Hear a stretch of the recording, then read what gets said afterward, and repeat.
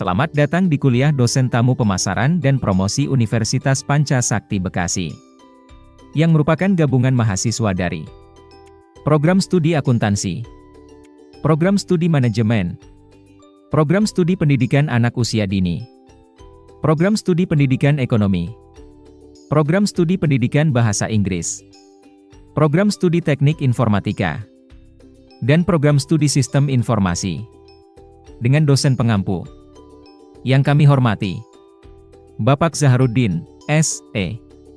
MM, PhD. Yang kami hormati, Ibu Ari Widyastuti, M.Pd. Yang kami hormati, Ibu Happy Melviana, M.Pd. Yang kami hormati, Ibu Indriani Wahyuningsih, SM, MM.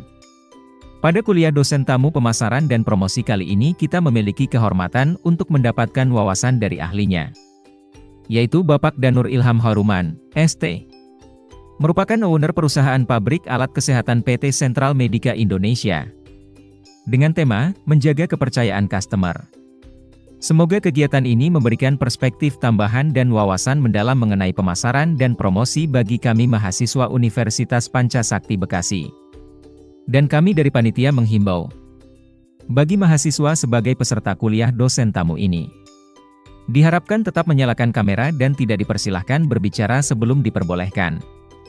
Terima kasih atas perhatiannya.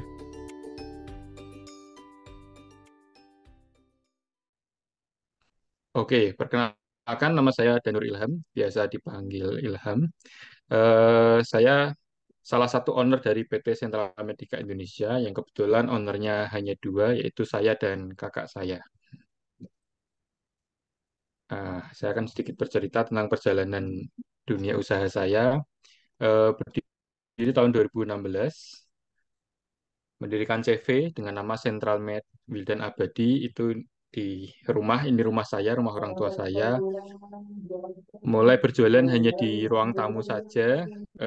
Saya waktu kuliah di kampus Elektro Undip mencoba berjualan di himpunan mahasiswa Fakultas Kedokteran, yaitu alat-alat kesehatan untuk koas teman-teman mahasiswa kedokteran.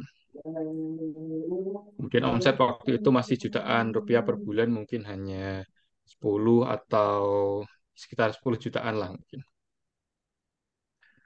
Kemudian tahun berikutnya, 2017, alhamdulillah bisa membeli rumah kosong seperti ini. Kemudian saya bangun menjadi kantor.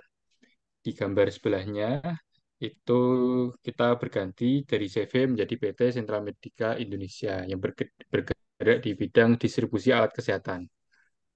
Jadi saya lulus kuliah, fokus jualan ke rumah sakit. Tuh. Karyawan waktu itu 4 orang, admin 2 orang, kurir 1, dan gudang 1. Waktu itu tidak ada marketing, jadi marketing hanya saya dan kakak saya. Nah, setelah itu berjalannya waktu, saya mengikuti berbagai pameran promosi ya. Ini salah satu marketing saya atau salah satu strategi pemasaran saya waktu itu, mengikuti sponsor-sponsor seminar di rumah sakit. Waktu itu saya di usia 23 tahun, teman-teman semua. Dan waktu itu punya hutang 1,5 miliar di usia 23 tahun. Nah, di waktu itu antara bisnis mau bangkrut dan juga mau menikah. Jadi, saya berusaha mati-matian untuk bagaimana melunasi hutang itu. Hutang ini hutang usaha ya. Dalam artian saya punya stok untuk perputaran dalam waktu itu 1,5 miliar tahun 2018. Kebutuhan tender, jeret, kebutuhan tender seperti ini. Dan saya memetakan, oh tender, misalnya ada alat USG, ada alat apa, bed pasien dan lain sebagainya. Oh ini sudah ada yang menyanggupi ini, sudah ada perusahaannya ini. Tapi ada satu produk, yaitu di bidang laboratorium klinik, itu belum ada yang nyentuh gitu. Artinya apa? Artinya pemerintah itu ada problem atau keluhan, kita mau loh memenuhi kebutuhan puskesmas di Indonesia tuh dengan alat ini. Problemnya kan itu. Dan belum ada yang memenuhi gitu. Nah, Itulah mengapa saya amat sangat yakin langsung banting setir kemudian membuat pabrik baru. Dan itu terbukti. Eh, saya membuat alat hematologi analyzer itu yang dalam negeri, bagian 100% itu kan impor. Jadi waktu itu pertama kali saya yang dalam negeri itu produk saya. Nah, karena pemerintah itu membutuhkan alat itu dan harus buatan dalam negeri, saya menyediakan solusi ini. Kami punya produknya, produk dalam negeri, hasil kerjasama dengan eh, pihak India dan Cina yang dibuat di dalam negeri, silahkan bisa dibeli gitu. Nah, akhirnya serapannya sangat tinggi sekali gitu. Jadi ada keluhan, belum ada yang memberikan solusi, kita berikan solusi gitu. Oke, kemudian lanjut ke transaksi jual beli, experience customer, dan setelahnya, ya, setelah customer itu merasakan experience-nya itu, dia membeli lagi atau tidak, itu menentukan. Oke, apa sih itu keluhan? Nah, teman-teman ketika mulai berbisnis, coba deh, ketika ingin berbisnis itu ya, pintar melihat keluhan orang-orang. Jadi jangan hanya cuman mendengarkan, tapi pintar mengolah. Misalnya keluhan itu bisa berbentuk keinginan. Keinginan itu bertujuan untuk memuaskan si customer gitu. Aku cuman pengen nih. Nah, padahal dia nggak butuh, tapi pengen gitu. Supaya dia puas gitu misalnya. Aku mau healing nih gitu. Atau aku mau beli HP nih, padahal dia sudah punya HP gitu. Terus keluhan bisa berbentuk kebutuhan. Kebutuhan itu berarti untuk memenuhi kekurangannya dia. Misalnya dia punya laptop, tapi butuh untuk mengerjakan desain misalnya. Dan laptop yang sekarang dia punya tidak bisa untuk mengerjakan kerjaan desain. Artinya dia kekurangan akan kebutuhan desain tersebut. Nah, kemudian permintaan. Permintaan itu keinginan yang didukung daya beli. Si customer tuh pengen dan punya daya beli. Lah, inilah yang saya lihat di tender pemerintah. Pemerintah itu kan ada permintaan. Permintaan itu pemerintah ingin memenuhi kebutuhan puskesmas dan sudah ada uangnya. Nah, inilah yang disebut demand atau permintaan. Jadi tidak cuma keinginan. Kalau kita hanya mengejar keinginan itu closingnya agak susah karena kita nggak tahu tuh dia pingin-pingin doang, tapi punya uang atau enggak. Tuh. Dia pingin doang, tapi apa namanya? Tapi tidak spesifik gitu. Nah, kalau permintaan ini dia sudah spesifik. Aku pengen ini, beli ini, speknya ini, ada uangnya sekian. Daya beliku tuh sekitar di 100 juta gitu. Sudah spesifik kalau demand itu. Contoh nih, Ani mengeluh ingin membeli sebuah sepatu kantor. Nah, sorry ini harusnya tas, membeli sebuah tas kantor gitu.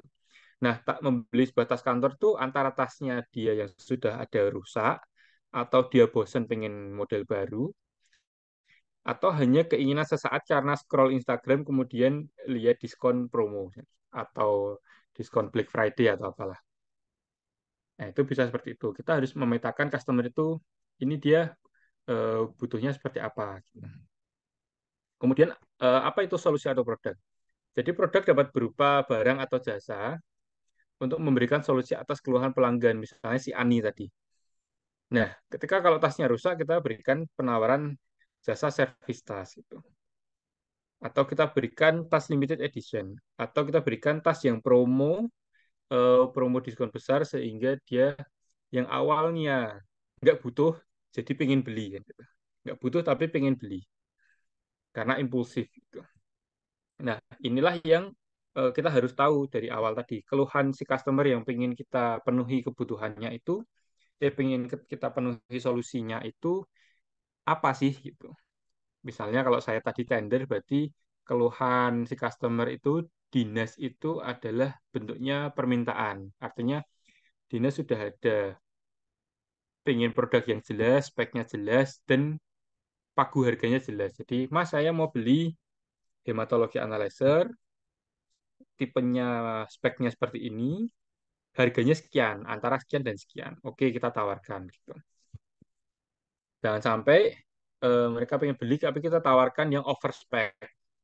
Akhirnya speknya kelebihan tinggi, harganya terlalu mahal. Ya nggak dibeli juga. Atau kita tawarkan yang murah, tapi speknya juga nggak masuk karena harganya terlalu rendah, speknya juga tidak sesuai yang diinginkan. Itu juga nggak masuk.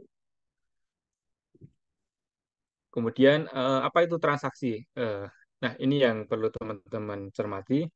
Transaksi jual beli itu adalah pertukaran nilai antara dua pihak karena adanya kesepakatan nilai. Misal, saya menjual tas limited edition dengan harga 20 juta rupiah. Nah, kebanyakan orang merasa mahal kan, tas kok 20 juta rupiah gitu. Tetapi ketika kita memberikan added value dan menemukan customer yang keluhannya sesuai, gitu kan, itu akan menjadi seimbang nilainya. Artinya, si customer mengeluarkan 20 juta rupiah itu melihat bahwa, oh ini worth it kok 20 juta. Gitu. Karena misalnya kita menjelaskan bahwa tas ini memakai kulit yang sangat langka misalnya. Ini kulit langka ini satu sapi hanya bisa dipakai untuk satu buah tas misalnya gitu. Dan sapi ini harus diberi makan dengan nutrisi sedemikian rupa sehingga menghasilkan kualitas kulit yang bagus misalnya gitu. Kemudian memberikan added value seperti garansi seumur hidup atau eh, dapat voucher eksklusif untuk menonton konser dan lain sebagainya, sebagainya, sebagainya. Dan kemudian customer kan berpikir, oh 20 juta ini tidak hanya membeli sebuah tas, tapi membeli sebuah story gitu. Dari mulai pemilihan sapi, memelihara sapinya, pemilihan kulitnya, kulit sapinya, kemudian pengerjaannya menggunakan handmade yang hanya satu orang itu bisa mengerjakan satu tas hanya sebulan misalnya dan lain sebagainya. Jadi, artinya si customer ini berpikir, oh ternyata ini sangat eksklusif. Jadi 20 juta ini sebenarnya nilainya 50 juta, tapi hanya dijual 20 juta. Gitu.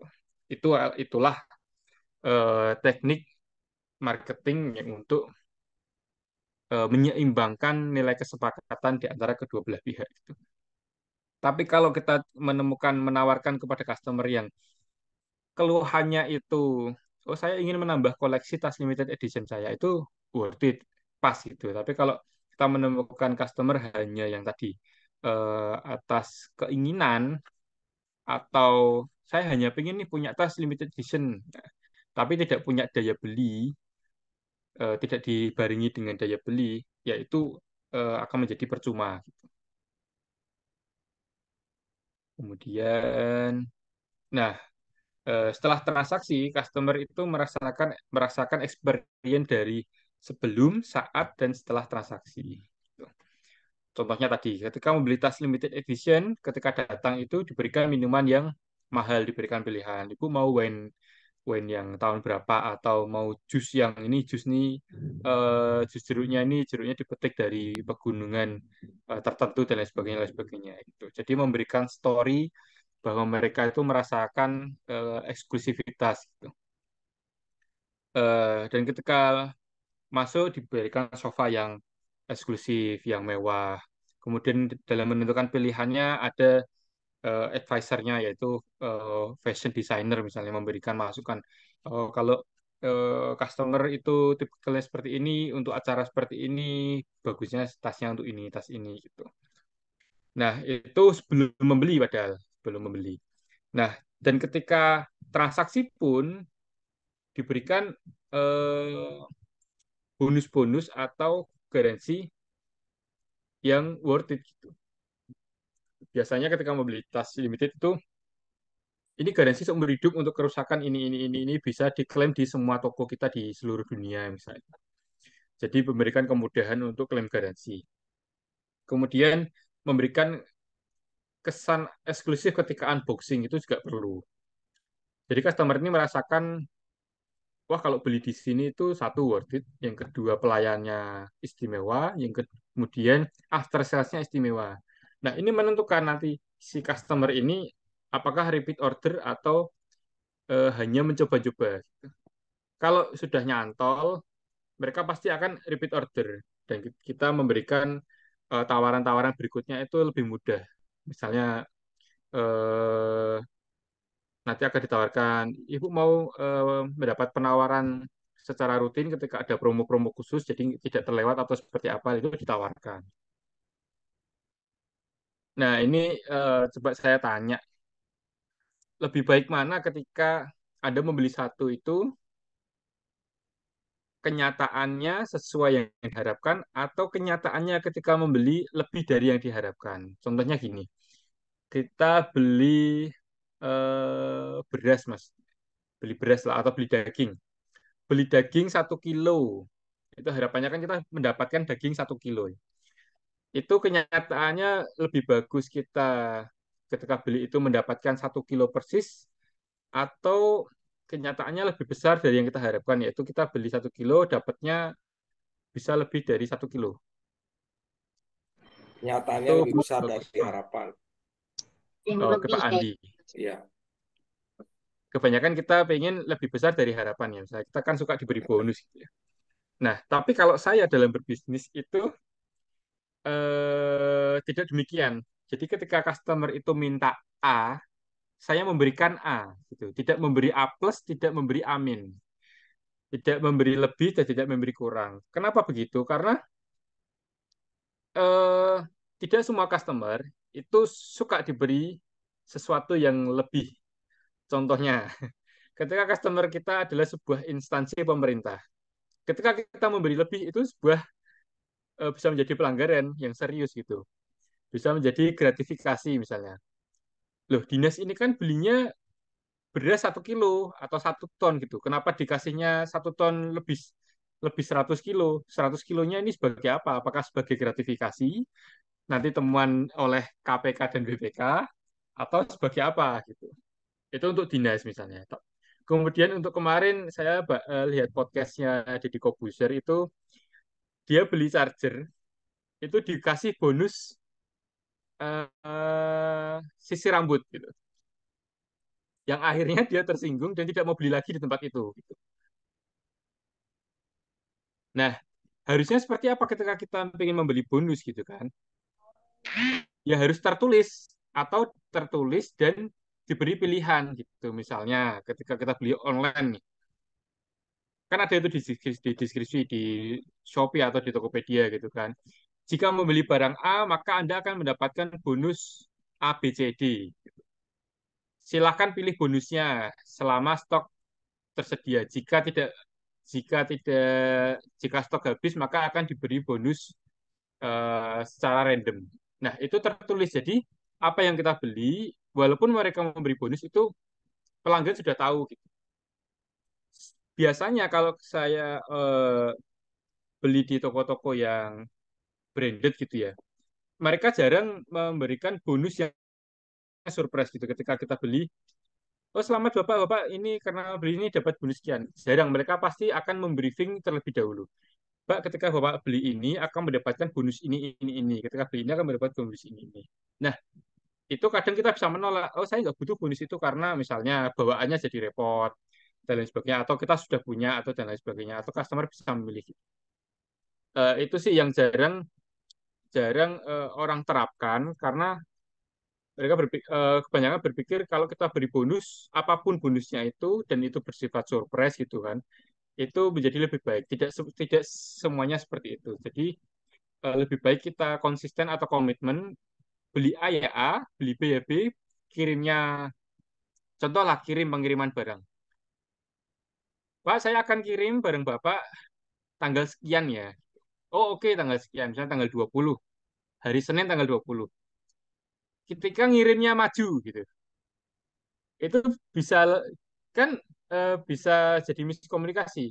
Ngirimnya hari Minggu gitu ketika tokonya tutup misalnya atau rumahnya sepi nggak ada orang itu kan jadi repot.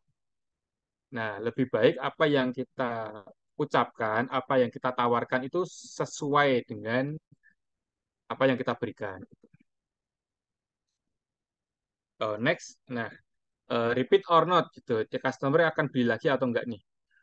Apa yang dialami customer dari sebelum hingga setelah transaksi itu akan menentukan customer tersebut menjadi loyal atau tidak. Dan bahkan memberikan review positif dan mendatangkan customer lain atau bahkan review negatif yang membuat customer baru itu ogah mampir gitu. Misalnya saya pernah tuh memberikan review yang positif dan negatif bersamaan gitu kan. Biasanya kan kalau ada resto baru punyanya influencer gitu ya, biasanya kan mereka menggunakan iklan-iklan Instagram gitu kan yang kelihatannya wah ini enak banget dan lain sebagainya dan lain sebagainya. Nah, ketika saya datang itu dari sisi antrinya yang orang harus nunggu berdiri dan lain sebagainya, kemudian AC-nya panas ruangannya, kemudian masakannya juga biasa-biasa aja dan harganya mahal dan lain sebagainya. Nah, itulah yang membuat saya nggak bakal datang lagi ke situ gitu. Bahkan saya menulis di review di Instagramnya itu ya saya jelaskan apa yang saya alami, bukan saya menjelek-jelekan. Saya jelaskan apa yang saya alami dan apa yang saya lihat perilaku customer lain gitu.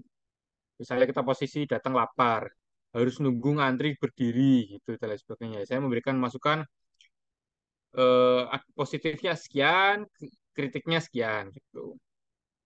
Nah, itu membuat ketika dia itu sebagai pengusaha itu senang sebenarnya diberi masukan seperti itu. Ketika kita berbenah dari masukan customer menjadi lebih baik, itu akan mendatangkan customer yang lebih banyak.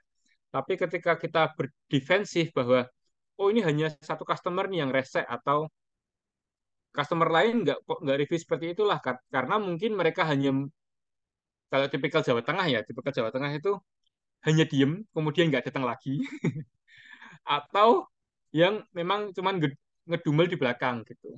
Nggak seperti kayak misalnya Jawa Timur langsung dan disampaikan gitu bahwa ini jangan seperti inilah pelayanan dan lain sebagainya. Kalau Jawa Tengah kan nggak bisa gitu. Nah, saya kemarin tanya Bu Hani bahwa di kampus ini kan background-nya eh, berbeda-beda ya. Ada yang fresh graduate, ada yang sudah bekerja dan lain sebagainya. Nah, ini saya memberikan tips apa yang bisa kita terapkan jika sebagai karyawan gitu. Bisa nggak Mas apa ilmu yang kita dapatkan di kampus ini terkait entrepreneur, pemasaran, kemudian marketing atau apalah. Bisa nggak sih diterapkan sebagai karyawan? Itu bisa. Ini saya terapkan di perusahaan saya sendiri gitu. Sejatinya prinsip entrepreneurship itu tidak hanya dipakai oleh pengusaha, tapi dapat dipakai atau dilaksanakan oleh setiap orang dimanapun gitu. Nah, coba lihat apakah di kantor saudara-saudara itu ada keluhan atau tidak. Misalnya saudara sebagai admin atau sebagai apa supervisor atau apa, lihat apakah ada keluhan baik dari customer, baik dari rekan kantor atau dari mana aja lah di lingkungan kerja teman-teman ya. Itu ada keluhan atau tidak. Lah coba teman itu mulailah menjual atau menawarkan ide solusi atas keluhan yang ada. Ini saya tetapkan di KPI karyawan saya. Itu ketika ada karyawan yang bahkan menawarkan solusi atas masalah yang saya nggak tahu, gitu kan. Jadi saya di kantor itu bahkan banyak karyawan yang saya nggak tahu namanya gitu. Karena udah banyak ya karyawan itu. Jadi ada misalnya admin keuangan nih datang. Pak, ini ada masalah, bukan masalah, Pak, ini ada eh, kejadian seperti ini. Itu menurut saya kurang efektif, lebih efektif jika kita mempunyai sistem yang gini, gini, gini, gini, gini. Nah, ketika ada karyawan yang memberikan solusi seperti itu dan itu dapat dilaksanakan, saya akan langsung dari pihak HRD akan langsung berikan reward gitu. Masuk ke KPI-nya ada rewardnya dalam bentuk nominal rupiah kak atau nominal yang lain gitu. Nah, jadi karyawan saya itu bahkan saya tinggal kemarin hampir 2 minggu di Eropa itu perusahaan berjalan dengan lancar dan aman gitu.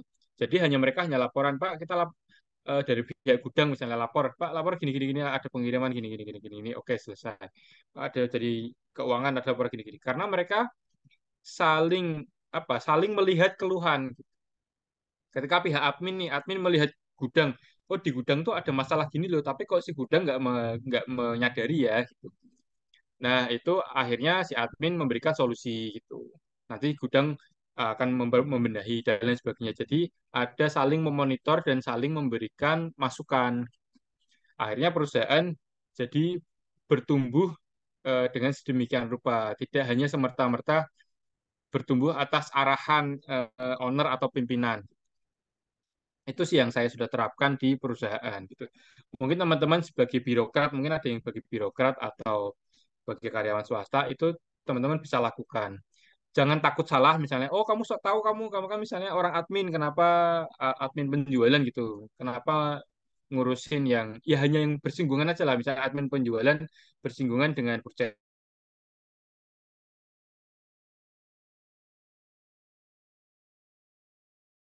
atau bersinggungan. Kalau dengan seperti itu, otomatis mindset teman-teman itu sebagai karyawan itu bertumbuh. Halo, apakah suara saya jelas? Karena internetnya kayak nggak stabil, hujan Jelas, deras di Pak, sini. jelas. Jelas, jelas. Oke, Jelas, oke. Pak. Lu lanjut. Oke, gitu ya teman-teman. Jadi ketika teman-teman melakukan itu di tempat kerja masing-masing itu akan menumbuhkan mindset yang grow gitu, yang berkembang. Jadi nggak yang stuck, ah, aku kerjaanku ini aja lah. Nggak seperti itu. Itu insya Allah memberi peluang-peluang yang lain ke depannya. Nah, ini yang saya lakukan untuk menjaga kepercayaan customer saya, gitu. Yang pertama, saya berikan demo unit gratis. Walaupun alat saya mahal, saya berikan demo unit. Silahkan dipakai dalam waktu sekian hari. Tolong berikan masukan jika ada yang butuh masukan terhadap alat saya atau servis saya selama demo, atau berikan kritik lah, atau kritik ketika ada yang kurang pas, atau berikan masukan ketika Anda membeli produk saya nanti. Yang kedua, garansi saya 2 tahun, yang lain 1 tahun, saya 2 tahun. Kenapa saya berani lebih lama? Ya agar customer itu lebih nyaman ketika membeli gitu. Walaupun ada syarat, ketentuan, dan berlaku, nggak sekonyong-konyong, oh garansi 2 tahun gitu, enggak.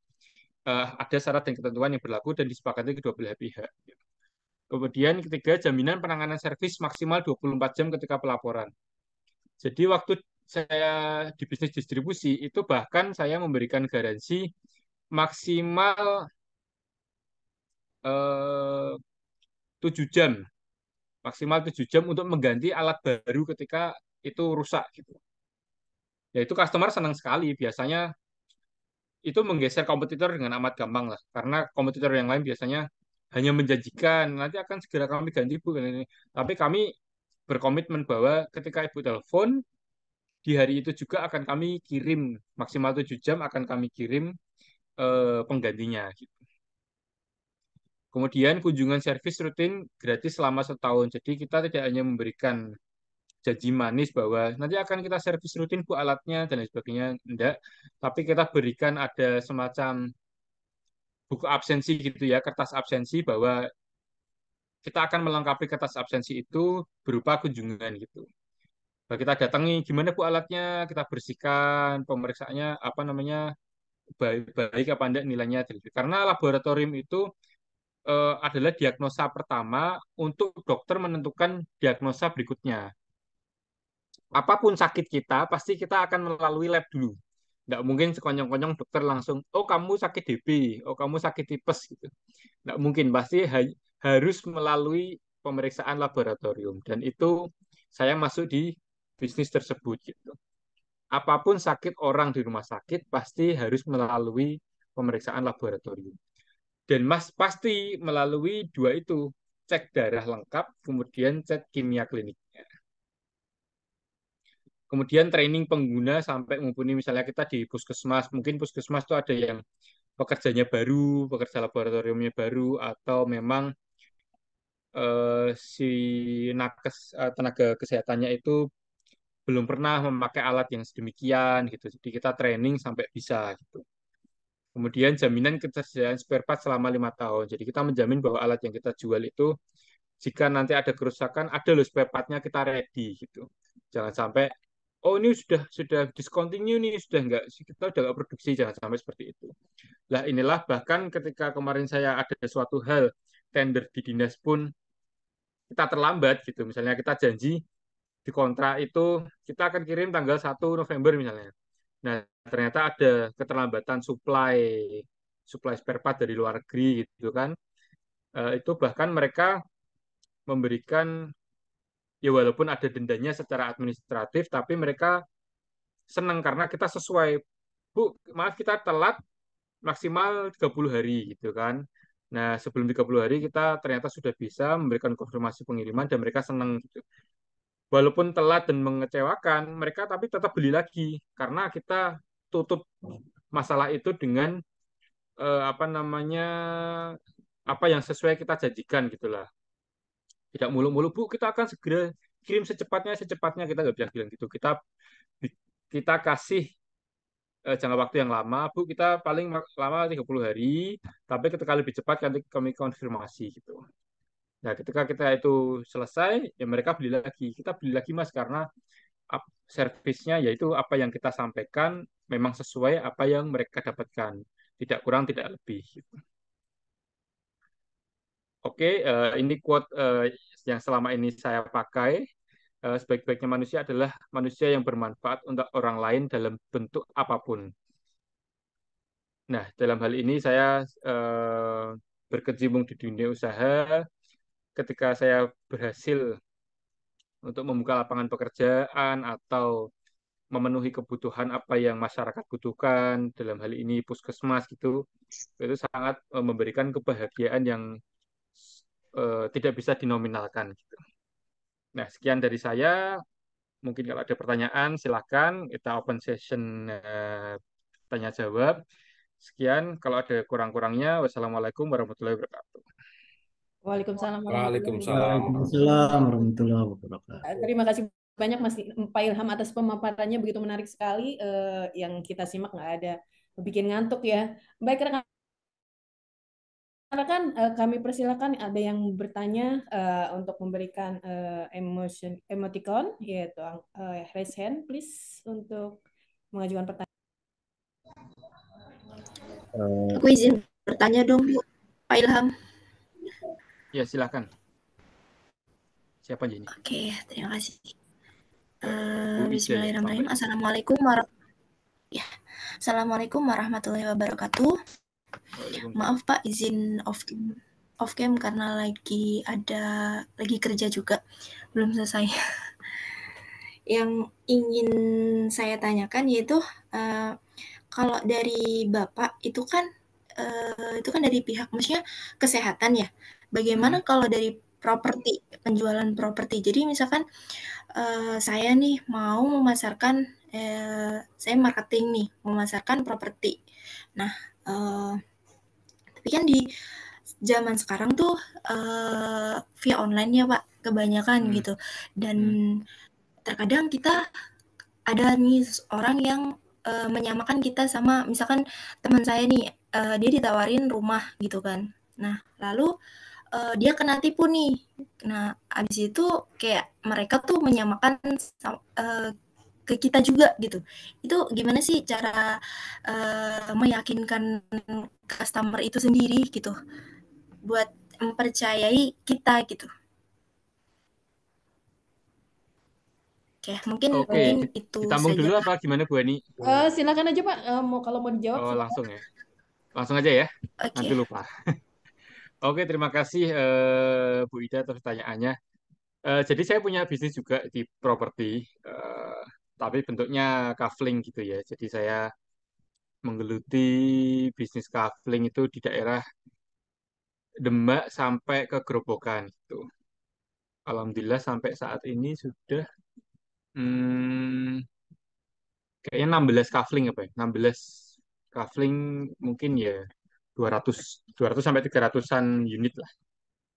Itu sudah terjual. Dan kita jual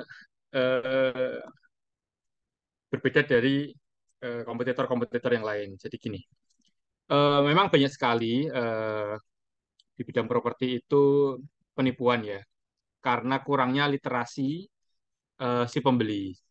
Apalagi saya berkecimpung di daerah-daerah yang notabene itu masih desa, banyak desanya gitu. Nah, kalau di properti, saran saya itu kita berikan literasi yang lengkap terhadap bagaimana sih bisnis properti itu yang pembeli yang aman dan nyaman. Itu kita berikan literasi yang lengkap. Jadi tidak bisa kita memberikan harus ya harus percaya sama saya dong, kita kan gini gini gini, tidak bisa. Walaupun mereka juga bisa ambil, toh itu contohnya Meikarta misalnya, kurang gede apa itu si developernya gitu kan, kurang terkenal apa. Nah, kita harus memberikan literasi yang lengkap gitu, diberikan aja contoh-contohnya. Misalnya contoh Meikarta itu kasusnya seperti ini loh, jadi ibu jangan beli ya yang seperti ini gitu. Atau kita berikan contoh yang sekitarnya tanpa kita menjelekkan kompetitor lain gitu. Jadi kita berikan aja Bu, kalau Ibu pengen beli yang aman itu, amannya seperti ini gitu. Misalnya kalau ketika beli harus ada sertifikatnya dulu. Kalau nggak ada sertifikatnya dulu, harus ada jaminan bahwa di notaris sertifikatnya sudah clear dan lain sebagainya, lain sebagainya. Apa yang saya lakukan pun ketika saya jualan properti di Semarang dan di Grobogan sangat jauh berbeda. Bahkan ketika di daerah Grobogan dan Demak itu mereka lebih percaya ke kelurahan daripada ke notaris. Padahal kalau di Semarang sudah nggak ada tuh kelurahan. Kalau di Semarang ya murni percaya sama notaris gitu. Tapi kalau di daerah yang masih pedesaan gitu, mereka lebih percaya Pak Lurah. Apa yang dibilang Pak Lurah, udah aman di saya, ya udah aman gitu. Nah, itu sangat jauh berbeda. Jadi saran saya berikan literasi yang kita bikin customer itu pintar dulu lah, supaya mereka pintar memilih gitu. Tapi dalam catatan bahwa apa yang produk yang kita properti yang kita jual itu juga sesuai dengan aturan-aturan gitu. Kalau kita sesuai dengan aturan, kita memberikan literasi atau bikin customer pinter itu enak. Itu otomatis mereka akan menularkan ke relasinya gitu. Oh, di sana enak loh, kita jelas, akadnya jelas, ya ini jelas, ini. Kadang ada yang hanya impulsif karena murah. Bu, ini kapling terakhir nih Bu, kalau nggak beli nanti rugi dan lain sebagainya. Nah, kita jangan kejar yang seperti itu. Bahkan ketika saya jual kafling pun maksimal 1 bulan habis. Sampai di demo kompetitor-kompetitor sebelah. Kenapa begitu? Karena saya melakukan pendekatan yang berbeda. Misalnya kompetitor harga pasaran itu bahkan sebelahnya saya, sebelahan gitu. Harga pasaran itu 75 juta. Itu di desa ya, 75 juta per kafling. Nah, saya bisa jual 50 juta. Tuh. Bahkan di demo kenapa bisa jual seperti ini gitu. Nah, si customer pun enggak ragu, mungkin ini penipuan nih karena terlalu murah. Enggak, karena kita berikan literasi terlebih dahulu. Bu, kenapa kita murah? Karena kita tipe bisnisnya seperti ini gitu. Jadi saya mengejar perputaran. Misalnya si kompetitor itu bisa jual 10 kafling itu dalam waktu 3 bulan, saya bisa jual misalnya si kompetitor 10 kafling itu 3 bulan, tapi profitnya 300 juta. Nah, saya itu 3 bulan bisa jual 30 kafling dengan profit 450 juta. Jadi saya tiap kafling itu ngambilnya sedikit profitnya, tapi perputarannya cepat. Gitu. Dan kenapa saya lebih cepat laku karena saya bisa memberikan edit value lebih. Ibu kalau beli di tempat saya daripada di sebelah, ibu bisa loh beli dua misalnya sama-sama 75 juta. Ibu punya uang 75 juta. Beli di saya dia tambahin sedikit bisa dapat dua. Tapi yang satu bisa ibu jual lagi dengan harga 60 juta. Bisa langsung untung 10 juta kan karena sebelah aja jualnya 70. Kalau ibu beli di saya 50, ditunggu sebulan lah atau 2 minggu lah ibu bisa jual lagi 60 juta bisa untung gitu.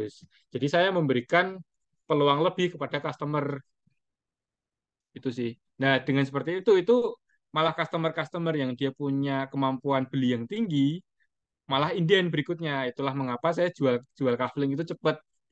Oh iya Mas, saya kalau ada kafling berikutnya di daerah sini-sini, nanti saya pesen ya 4 ya gitu. Saya pesen ya 3 ya gitu. Jadi perputarannya cepat. Itu sih, Kak. Yang saya alami sih seperti itu. Baik sebagai customer maupun sebagai penjual. Apakah sudah cukup menjawab? Bagaimana Mbak Ida? Udah cukup, Pak. Maaf, terima kasih Bapak Ilham Dan Ya, ini biasanya atas ini jawabannya dari cukup sisi memuaskan. legalitas sertifikat dan kepemilikan tanah biasanya. Urgennya sih di situ.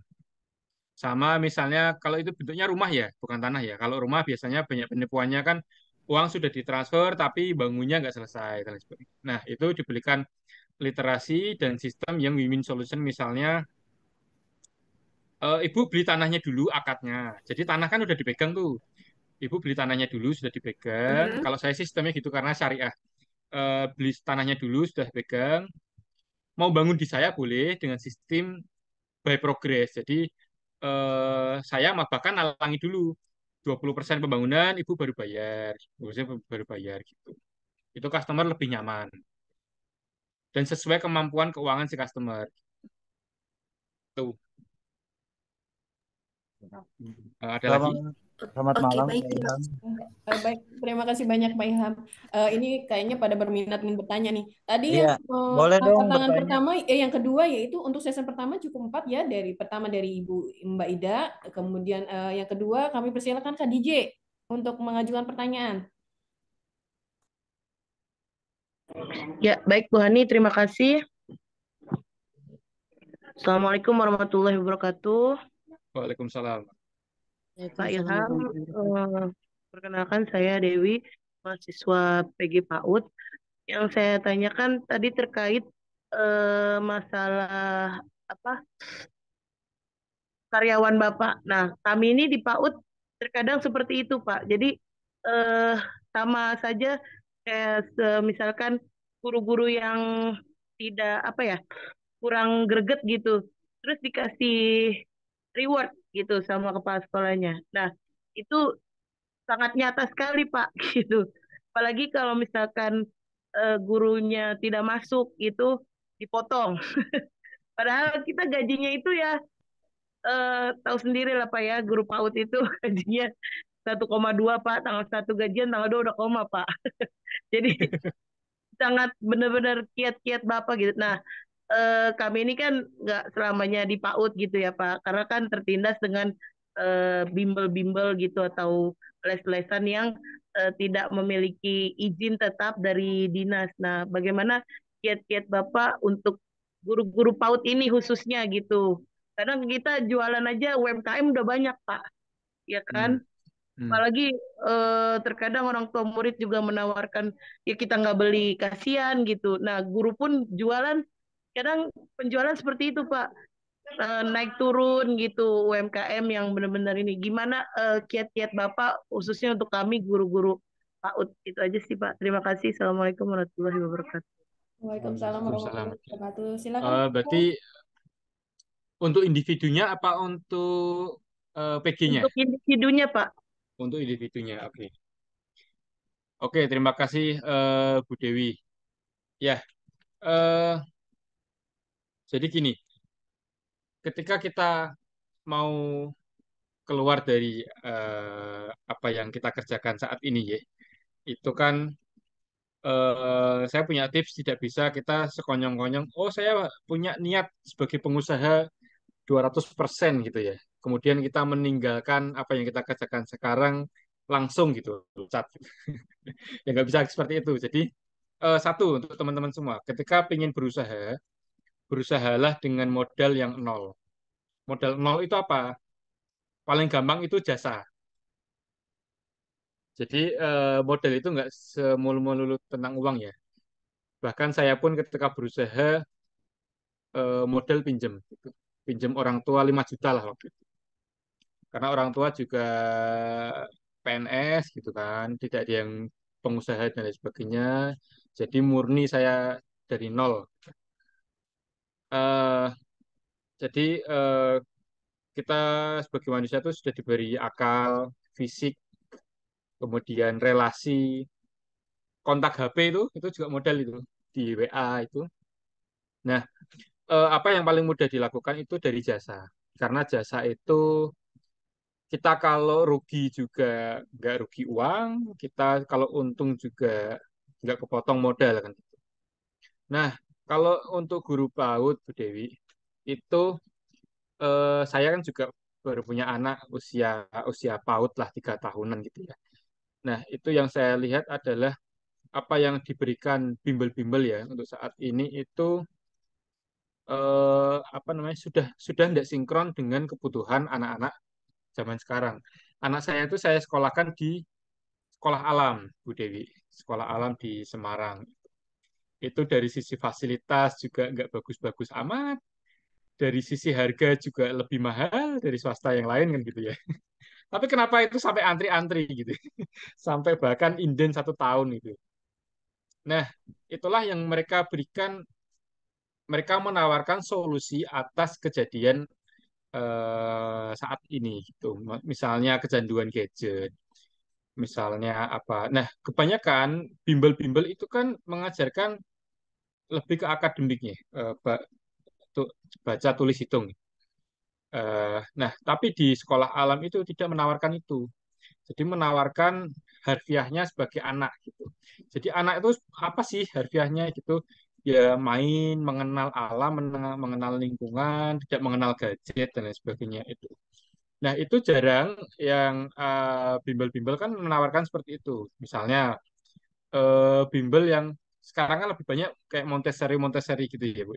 Jadi nggak mengenal logika gitu. Tidak mengenal baca tulis hitung gitu. Nah, Ibu bisa dengan guru-guru yang lain itu membuat di luar yang Ibu kerja sekarang ya, itu menawarkan apa yang berbeda dari lingkungan yang ditawarkan. Misalnya Ibu buatlah kelompok belajar tiap 1 minggu misalnya. Itu temanya alam, temanya lingkungan, atau temanya Montessori gitu yang permainan yang mengenal tekstur atau apa.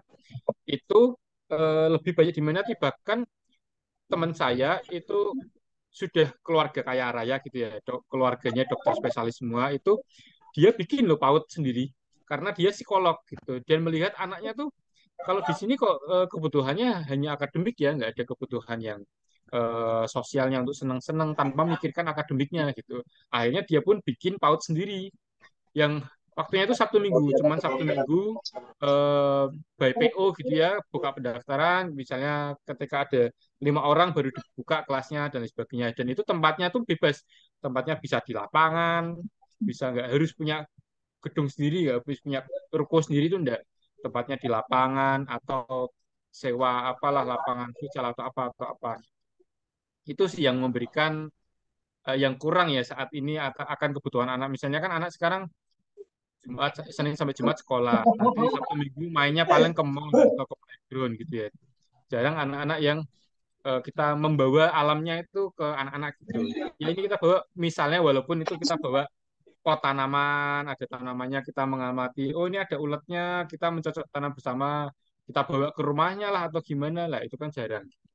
Misalnya orang tua, ya orang tua sih pengen kayak gitu, tapi kan Sabtu Minggu udah capek gitu ya, udah capek kerja gitu. Nah, kita tawarkan, Bu, kita ada program khusus nih untuk anak ibu mengenal dunia alam dan lain sebagainya. Kita bawakan apalah, kita cocok tanam di rumahnya atau gimana, kita ada programnya gitu. Itu sih.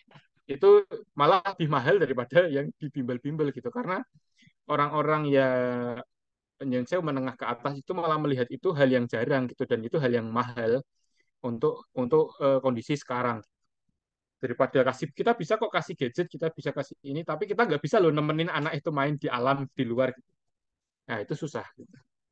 Mungkin itu Bu Dewi. Itu kan juga modelnya kan bahkan Ibu model dengan tanaman-tanaman dari orang tua siswanya pun bisa gitu. Misalnya, ayo kita bikin kalau belajar temanya ini, mohon bawa tanaman sendiri-sendiri ya, itu bisa nggak butuh modal kan?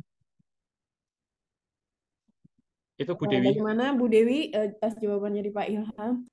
Alhamdulillah, terima kasih Pak masukannya. Ya, jadi nggak usah melulu bikin apa UMKM jajan atau apa, itu malah Ya, repot sendiri, pusing sendiri.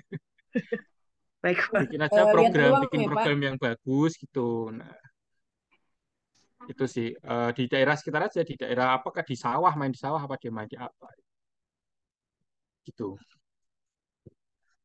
Baik, terima kasih Pak Ilham. Baik, untuk antrian selanjutnya, mohon maaf saking banyaknya yang bertanya nih Pak, berminat sekali.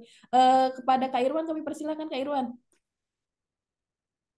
Iya, terima kasih. Apakah suara saya kedengaran? Terdengar Kak, silakan Kak. Oke. Sebelumnya saya mulai aja. Assalamualaikum warahmatullahi wabarakatuh. Waalaikumsalam warahmatullahi wabarakatuh. Dari tadi kan kita serius-serius nih ya Pak Ilham. Saya ada Iya. sedikit pantun nih. Ada sedikit pantun. Ada pinjam 100-nya nggak, Pak, pantunnya? Ya, sedikit-sedikit Pak. 1 juta pinjamnya, Pak. Oh, Nggak main 100. Sedikit Pak, nih Cakep. Pak. Belum. Oh, belum. Ke Taman Mini menonton sirkus. Cakep. cakep. Pulangnya makan soto kudus. Wah, Artinya, enak. Iya. Jadi makan soto kudus, bener enak. Biar menambah tali silaturahmi tidak terputus. Boleh saya nanya 7 juta. dengan serius? Eh, Silakan Kak Iwan. Mas serius lagi nih. Kayaknya lagi cari calon istri nih. Eh, saya sih pertanyaannya cuma apa ya, yang ada di sekitar kita aja. Bapak tahu kan tentang yang jualan-jualan di pinggir jalan tuh yang harganya 10.000, tahunya pas dibeli bisa 15.000. Nah, ah, pembisnis, dari sudut pandang pembisnis itu, apakah baik dalam promosi seperti itu? Nah, ada satu lagi pertanyaannya. Ada satu pertanyaan lagi. Eh, kan kita kan sekarang nih kaum Gen Z nih Pak. Kaum Gen Z tuh yang hmm, si paling mental healthy, hmm. yang kalau misalnya dikatain sedikit, mental healthy gue terganggu nih. Nah, kan di situ kalau misalnya Itu anak Jaksel kali, bro. nah, yang saya pertanyakan, kalau misalnya kaum Gen Z tuh rata-rata dia bikin bisnis, lagi anjir, lagi tinggi-tingginya dia senang nih, lagi tinggi-tingginya dia semangat semangat semangat, giliran lagi anjlok dia antara menyerah atau ganti bisnis lain. Nah, dari sudut Bapak, eh, bagaimana sih memposisikan dari Gen Z itu tuh Pak, dari sudut pandang pebisnis? Terima kasih, itu aja Pak. Oke, ini lagi isu capres juga nih Gen Z. Oke, Pak Irwan, makasih. Saya mau tanya Pak Irwan, kalau Pak Irwan nemu yang kayak tadi tuh Pak, jual mangga 10.000 3 kilo gitu. Ketika didatangi, oh ini 20.000 yang ini, 10.000 yang itu yang kecil-kecil gitu. Itu gimana perasaannya? Perasaannya sangat terbohongi Kecewa, sih Pak. sangat kecewa Udah seperti itu. parkir Kecewa Pak. susah, Tertipu. Iya Pak, udah betul. membayangkan gitu kan, wah itu mangga yang di display gede-gede itu 10.000 gitu kan. Nah itu sih, itu kan jawabannya udah ketemu kan. Nggak bagus Pak kayak gitu. Artinya eh, itu sih sebenarnya marketing lama ya. Tapi kalau marketing lama itu dia ada bintangnya gitu Pak. Jadi tidak sepenuhnya membohongi gitu. Misalnya OVO waktu itu cashback 50% gitu kan. Kasih bintang kecil bawahnya. Cashback maksimal 5.000 gitu. Kayak gitu. Itu sebenarnya nggak bohong, cuman ditampilkan cuman jadi kecil gitu. Nah, kalau yang di pinggir jalan kan nggak gitu, nggak ada bintangnya. Untuk mangga yang kecil-kecil kan nggak ada. Ya cuma tampilkan 10.000 per kiloan gitu. Nah, itu sih kalau kalau kita sebagai pebisnis ya kita seperti waktu Nabi Muhammad berbisnis ya kita sampaikan apa yang memang kita jual. Kalau kita tulis saja 10.000 per kilo mangga kecil, 15.000 per kilo mangga besar, 20.000 mangga spesial kan gitu. Itu kan orang juga bisa milih kan. Oh, Pak, saya memang beli yang kecil-kecil Pak 10.000 aja. Gitu. Itu is oke. Jadi kita memfilter customer yang benar-benar memang mereka butuh, nggak yang udah kecewa gitu kan tahu-tahu ya udah deh beli mangga yang gede-gede tahu gitu sampai rumah rasanya asem gitu kan. Itu pasti habis itu nge-share di grup WA RT ya nggak dibeli lagi tuh satu RT gitu. Satu itu apa jadi apa yang kita jual sampaikanlah apa yang kita jual. Kalau kita memang barang kita Bu maaf barang kita hanya kualitasnya seperti ini ya sampaikan aja kualitasnya seperti itu. Itu lebih enak tanpa kita berbohong kepada customer. Toh itu kita berpikirnya long term dalam bisnis ya, nggak cuman eh, profit sesaat. Biasanya kan kalau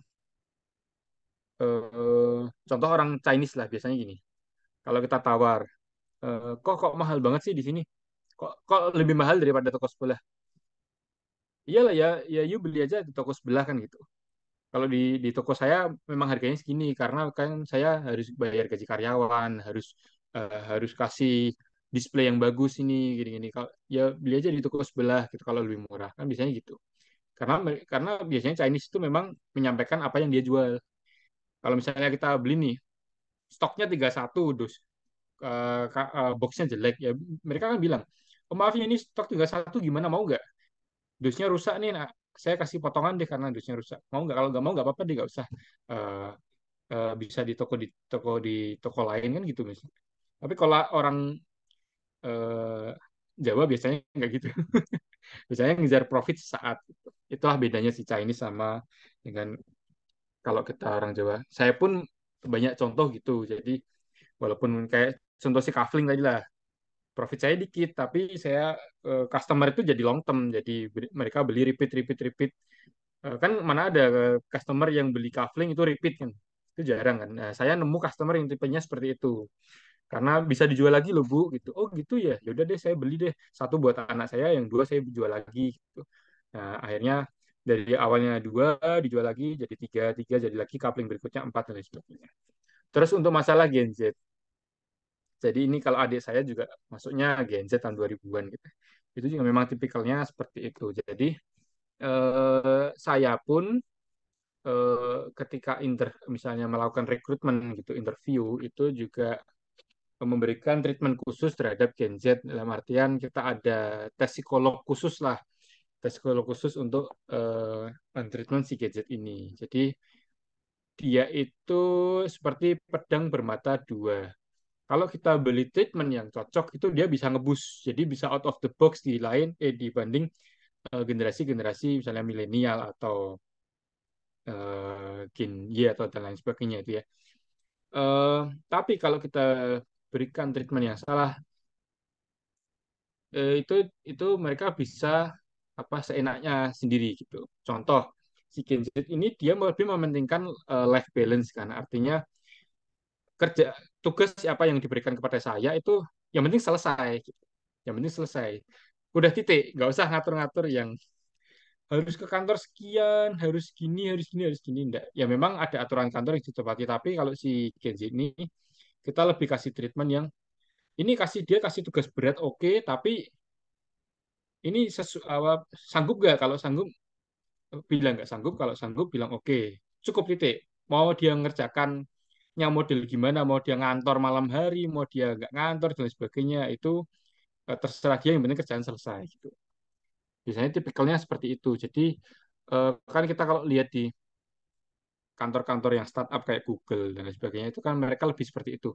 Udah kamu ngantor terserah deh, kamu ngantor mau lesehan, mau ngantor di rooftop, mau ngantor di mana terserah, yang penting kerjaan selesai. Seperti marketing saya juga saya berikan seperti itu. Contoh misalnya saya target 200 juta sebulan.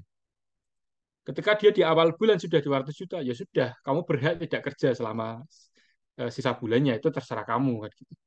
Nah, Gen Z itu tipikalnya seperti itu biasanya. Yang penting angka ini tercapai, bagaimana caranya bebas lah kamu kreativitas. Nah, itu ruang kreativitas bagaimana menyelesaikan itulah yang biasanya Gen Z itu lebih cenderung di situ. Jadi kreativitasnya mungkin dia bisa pakai ChatGPT, dia bisa pakai aplikasi ABCDE yang bahkan kita pun nggak tahu. Saya misalnya milenial, saya 95. Saya tanya, ini aplikasi apa? Ada Pak, ini gampang Pak, gini, gini, gini, gini. Oh bisa gitu. Yang penting kan kerjaan dia selesai. Kita nggak perlu kasih, kamu tuh harus pakai ini loh, pakai Microsoft gini, pakai gini, pakai gini.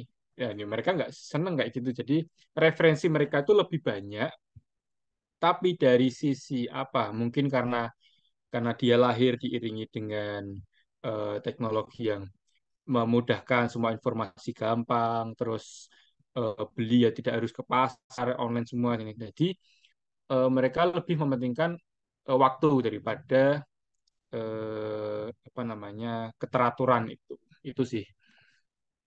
Bahkan sekarang kan BUMN lebih banyak work from home kan. Yang penting kerjaan selesai ya. Itu Pak. Bagaimana Mas Irwan dengan jawabannya? Bu Ani, kita Makasih sampai banyak. jam berapa ini Bu Ani?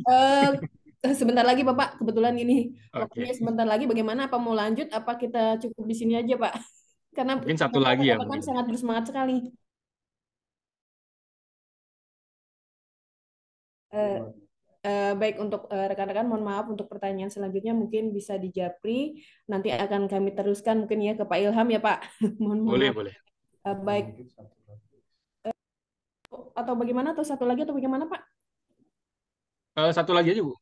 Boleh satu lagi. Nanti yang lain silakan atau diketik di sini, nanti saya bales, saya jawab via video, saya kirimkan Bu Hani gitu ya. Baik, terima kasih banyak. Dalam antrian selanjutnya yaitu Pak Andi Novendi, kami persilakan Pak Andi. Bu Hani nggak mengurangi rasa hormat, mungkin Mas Teguh lah. Oh baik, Ah, Pak Teguh, kami persilakan Pak Teguh.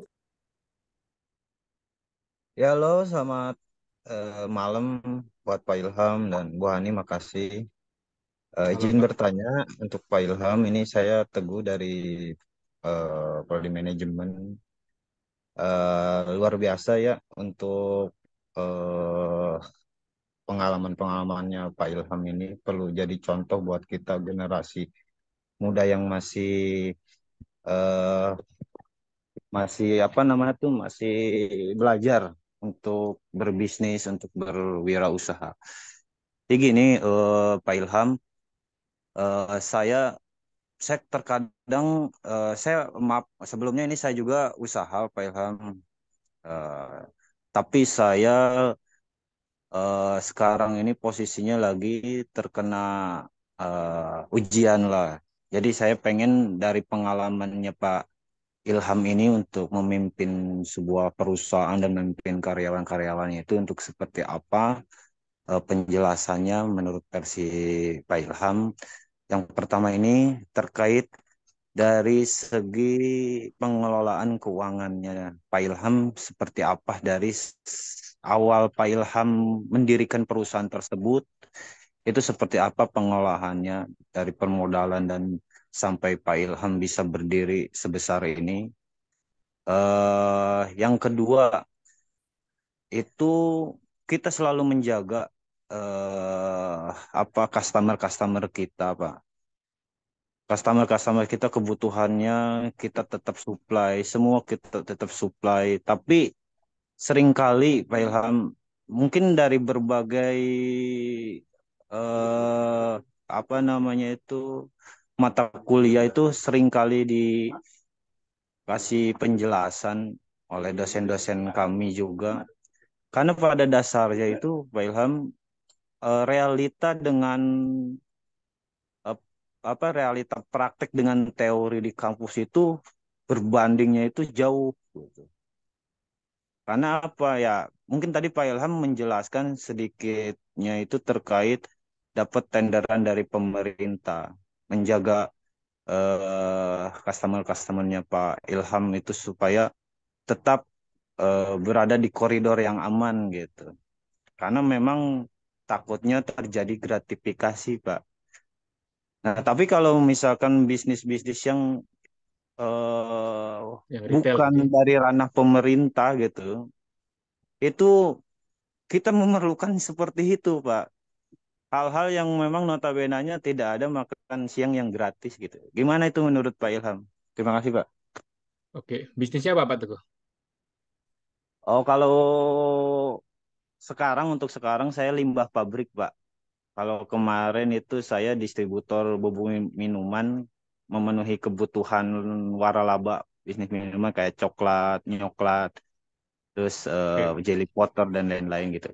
Sama ini Pak, saya ekspedisi punya perusahaan ekspedisi cuman ya lagi collab lah sekarang Pak. Terima kasih Pak. Oke, itu banyak bisnisnya. Ya Pak, Oke alhamdulillah Pak. ya, ini pertanyaan bagus sebagai penutup ya. Versi saya nih Pak Pak Pak Teguh. Jadi saya setelah punya hutang 1,5 miliar itu di usia 23, waktu itu teman-teman saya mainnya Mobile Legends ya. Main Mobile Legends, push rank gitu. Saya udah mikir utang 1,5 miliar. Nah, eh, saat itu saya ngajak temen gitu ya yang utangnya lebih banyak gitu. Untuk dalam tanda kutip tobat gitu. Tobat dalam artian membenahi manajemen berbisnis lah dan secara syariah gitu. Nah, waktu itu saya ketemu dengan yang anti utang gitu kalah ya.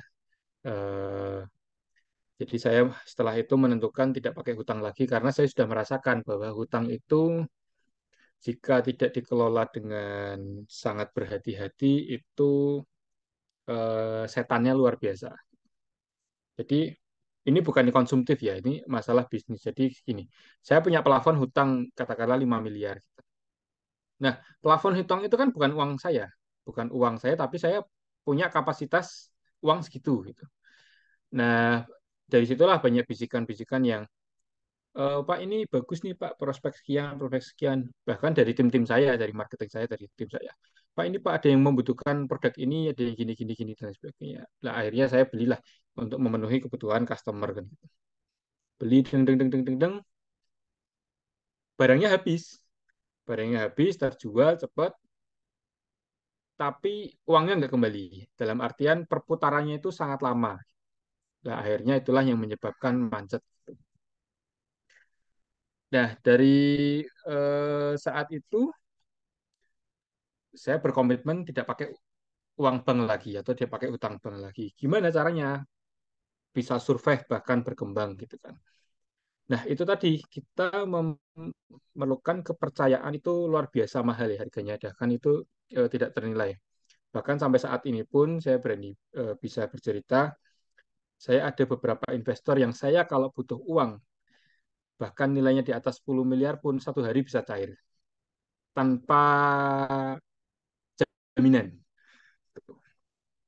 Itu dari customer saya. Dulu customer, sekarang investor atau eh, dari teman. Karena dalam berbisnis, orang itu melihat siapa sih orang yang mengelola. Jadi tidak hanya melihat bisnisnya. Kamu untung berapa, nanti kamu modal berapa, untung berapa. Enggak. Jadi kalau saya sama sama investor saya cuma bilang, Pak, saya butuh uang sekian untuk proyek ini. Sudah cukup. Ya udah, di WA aja hitungannya gimana. Udah cukup, nggak perlu ada tanda tangan dan lain sebagainya. Itu nilainya bahkan 10 miliar pun oke gitu. Dan itu sudah saya lakukan. Nah, satu itu. Jadi kepercayaan baik ke rekan bisnis, ke customer itu nomor satu lah, itu harga mati untuk saya. Nah, dari sisi keuangan, saya tidak pakai perbankan. Kalau kita tidak pakai perbankan, otak kita itu dipakai maksimal, Pak Teguh, Nyun Sewu. Jadi kita mikir, oh gimana caranya dapat ini ya. Misalnya saya punya customer nih ada butuh barang, tapi saya nggak punya modal nih, gimana ya caranya memenuhi kebutuhan customer ini, gini, gini. Itu pasti kita mikir, entah kita mikir kita negosiasi dengan supplier, gimana caranya biaya bisa tempo, nanti ketika customer bayar kita bayarkan ke supplier, atau kita berpikir kita bikin skema bagi hasil untuk kita tawarkan ke teman atau ke apa namanya ke rekan bisnis yang lain dan lain sebagainya, atau kita sebagai perantara, apa saya maklaran aja ya saya Pak bisa beli di sana Pak, nanti saya dapat cashback dari suppliernya sekian, itu kan bisa. Tapi coba kalau kita punya utang, plafon utang bank, kita langsung mikirnya, oh yaudah ambil uang aja bang, kulaan di sana selesai. Senjatanya cuma satu kalau punya utang. Kalau punya uang bank itu senjatanya cuma satu, mikirnya hanya, oh oke, customer itu butuh barang A, saya tinggal ambil uang di bank, beli di sana, kulaan, jual, selesai dapat profit, uangnya kembalian kan seperti itu. Tapi kan bank itu kan kepastian, kita ngambil uang di bank pasti ngembalikannya kapan. Tapi semua hal yang kita di hidup ini kan tidak pasti. Jadi saya punya quote tuh, eh, semua di kehidupan ini tidak pasti kecuali Kecuali cicilan kematian, bank. Pak. Gitu. Kecuali cicilan bank, Pak. Oh, bukan mati, Pak. Mati aja kan nggak tentu, Pak. Kapan matinya nggak tahu kita. Cicilan bank tahu kita kapan. Itu, Pak. Jadi kalau kita tidak punya tanggungan dalam berbisnis ya, kita tidak punya plafon di bank itu, kita mikirnya lebih banyak solusinya gitu.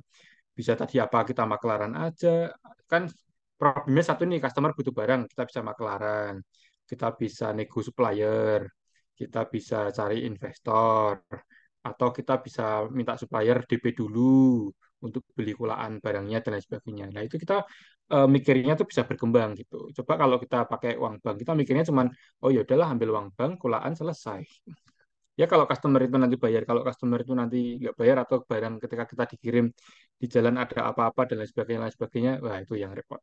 Karena itu sudah terjadi, jadi saya tidak mau lagi. Itu Pak.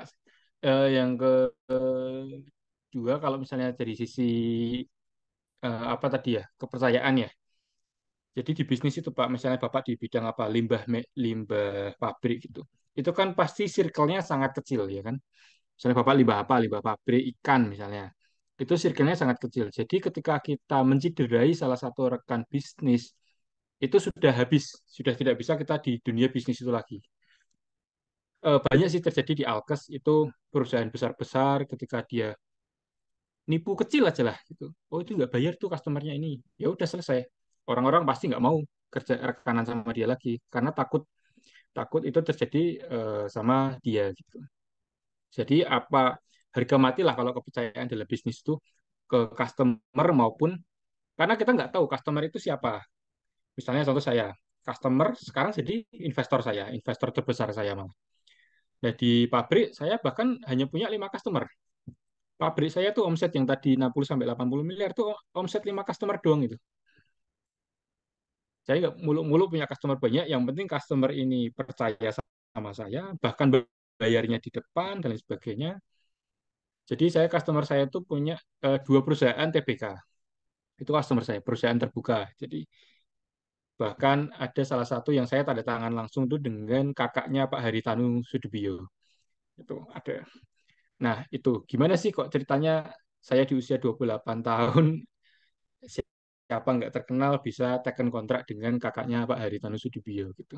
Ya kita ya wallahu alam, yang penting kita punya mindset dalam berbisnis tidak menjolimi orang lain, tidak menjolimi rekanan atau customer, dan kalau saya tidak pakai hutang bank. Udah selesai itu aja. Jadi nanti jalannya tuh ada aja lah ditunjukkan. Oh ini lo ketemu orang ini lo gitu. Tanpa saya harus berpikir keras mencari-cari gitu. Pokoknya saya yang berpikir keras itu bagaimana caranya mempertahankan kepercayaan itu ke customer maupun ke rekanan. Kalau misalnya ada komplain nih, Mas ini kok barangnya jelek ya harus saya. Wah langsung itu. Langsung saya ke R&D, ke QC, gimana kok caranya bisa jelek gini, langsung saya ganti baru. Saya nggak mulu-mulu, Bu, nanti saya kasih uang kompensasi. Enggak, pokoknya saya ganti. Bu, sesuai perjanjian di awal ketika barang rusak, saya 24 jam ganti baru ya. Udah selesai itu aja. Oh iya, Mas. Jadi ketika customer itu nanti ada komplain pun, dia udah tahu, oh iya, santai nanti paling 24 jam udah diganti baru kok. Itu sih. Jadi tidak harus muluk-muluk yang kita beri bonus mewah lah, begini. Enggak. Sebenarnya kita sesuai apa yang kita omongkan. Gitu aja. Intinya kepercayaan ya Pak ya. Intinya kepercayaan. Kepercayaan itu dari mana? Dari yang kita ucapkan, dari yang kita lakukan. Jadi kalau bahasa Jawanya, sing penting nyata nih. Jadi kita bilang A ya A, udah titik. Gimana Pak Teguh atas jawabannya, Pak Teguh? Luar biasa Ibu jawabannya. Terima kasih Pak Ilham. Ya, Terima kasih. sama-sama Pak Teguh. Terima kasih banyak Pak atas pertanyaannya, begitu menarik sekali rekan-rekan, ternyata banyak tertarik dengan apa yang disampaikan oleh Pak Ilham. Rekan-rekan, terima kasih banyak Pak Ilham atas pemaparan yang diberikan. Intinya dari apa yang telah disampaikan adalah marilah kita memulai segala sesuatu dari awal ya. Kita istilahnya nggak usah malu mulai sesuatu, ada peluang ya kita ambil, intinya seperti itu. Baik, rekan-rekan yang selanjutnya, untuk acara selanjutnya yaitu penyerahan sertifikat secara virtual. Mohon berkenan kepada Bapak Zarudin SAMM PSD untuk menyerahkan sertifikat secara virtual kepada narasumber kita. Kak Ridwan, kami persilakan.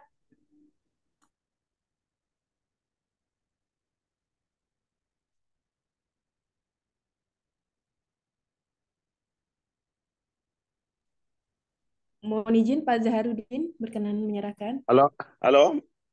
Jelas suaranya? Terdengar, Pak. Terdengar ya. Makasih banyak Ibu Pak Ilham yang telah menyampaikan materinya yang cukup bermanfaat bagi kita semua.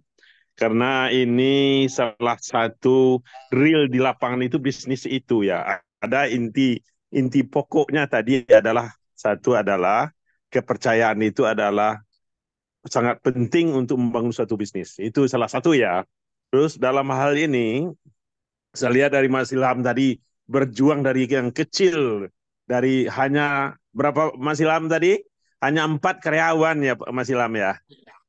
Ya, Pak. 4 karyawan dan hanya termasuk Mas Ilham langsung marketingnya gitu. Itu salut, itu bagus ya.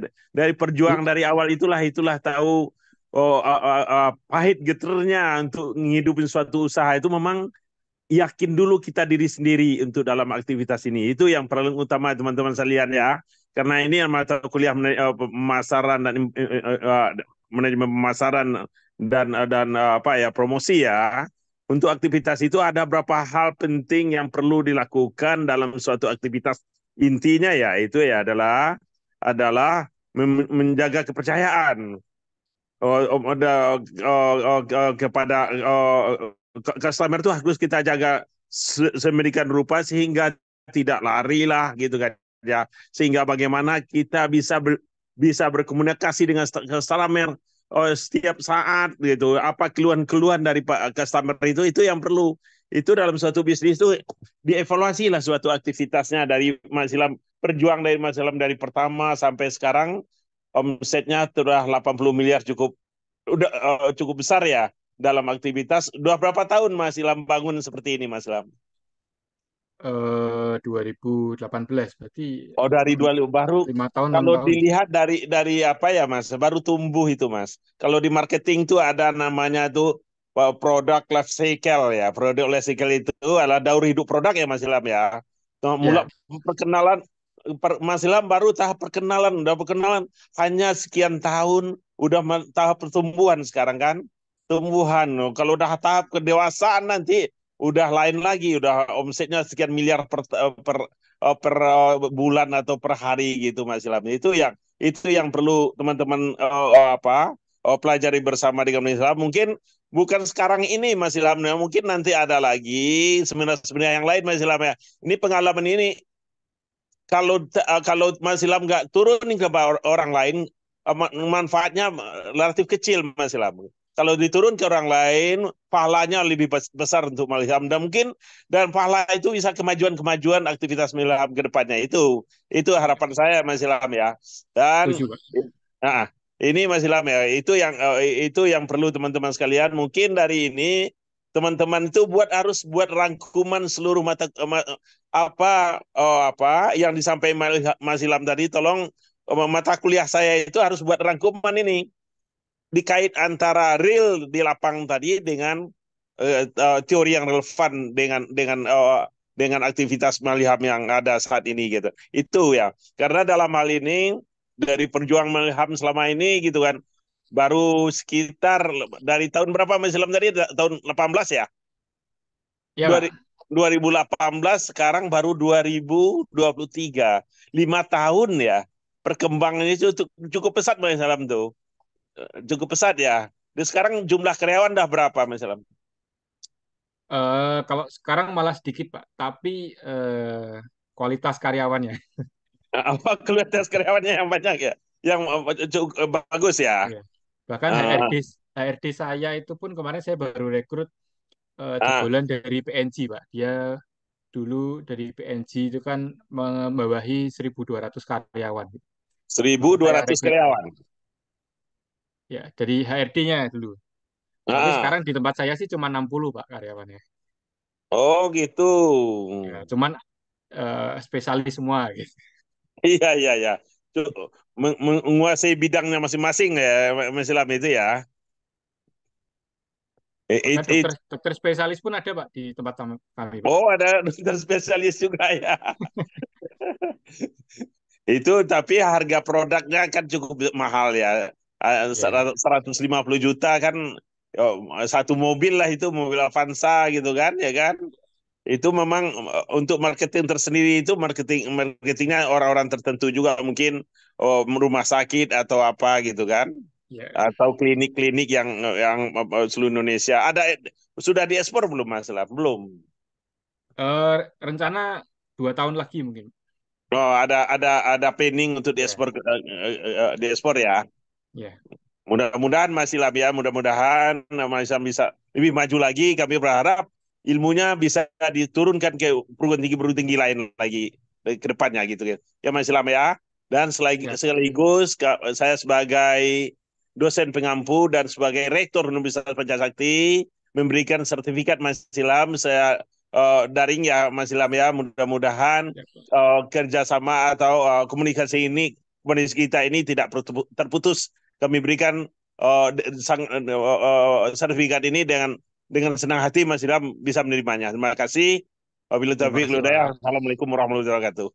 Waalaikumsalam warahmatullahi wabarakatuh. Terima kasih banyak Pak Hajarudin. Baik, untuk selanjutnya yaitu acara foto bersama. Mohon berkenan rekan-rekan untuk on cam karena akan diambil SS oleh rekan kita yaitu Kak Irwan. Kami persilakan Kak Irwan. Kak Ridwan, mohon maaf.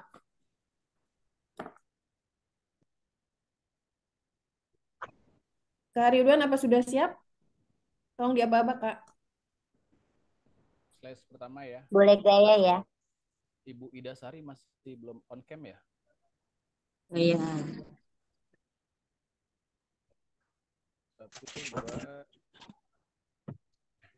Siap. 1, 2, 3.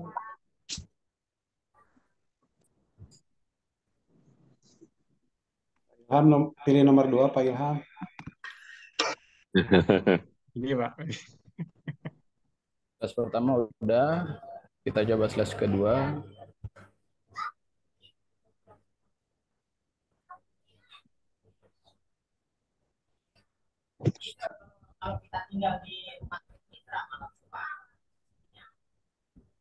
Sebentar. Nomor 2 kali ya Mas Ilham ya, please. Iya. Jaringan. Ini boleh, ini boleh.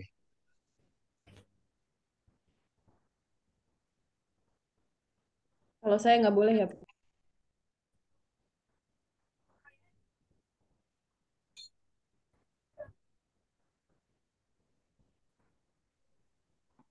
Minta tolong dibantu, jaringannya agak.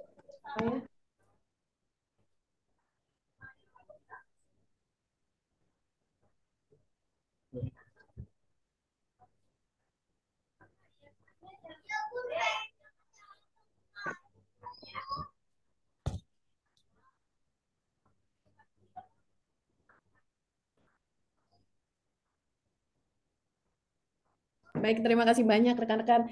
Tibalah saat di penghujung acara. Sekali lagi kami mengaturkan terima kasih banyak kepada Bapak Ibu, dosen pengampu, serta Bapak narasumber kita yang sudah berkenan memberikan sharing ilmunya, dan semoga dan rekan-rekan yang sudah berpartisipasi hadir dalam acara webinar mata kuliah pemasaran dan promosi ini. Semoga apa yang telah disampaikan oleh narasumber kita bermanfaat tentunya untuk sekarang ataupun ke depannya. Baik, saya Hani Hadiati selaku MC dan moderator beserta seluruh panitia yang bertugas mengucapkan terima kasih atas perhatiannya dan kehadirannya. Billahi taufiq wal hidayah. Wassalamualaikum warahmatullahi wabarakatuh. Waalaikumsalam warahmatullahi wabarakatuh. Saya keluar ya, makasih ya. Terima kasih. Terima kasih banyak. Terima kasih. Terima kasih.